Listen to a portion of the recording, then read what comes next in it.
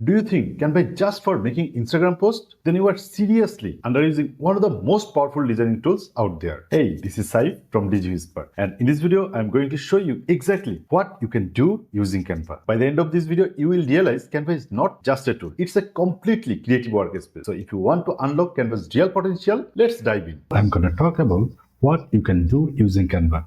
So, Canva is a versatile software. You can design anything, literally anything, using Canva. So you can create presentation, you can create poster, you can create resume, you can create email signature or email newsletter, you can create email templates, you can create logo, you can create flyer, you can create brochure, you can create menu, you can create doc, website, you can create Instagram post or any types of social media post, Instagram stories, videos, you can edit videos, you can create invitation, you can create mobile video, you can create Facebook post, you can design business card, you can edit photo collage, you can create whiteboard, you can edit sheets, everything. So here are all of the templates and available things you can do using Canva.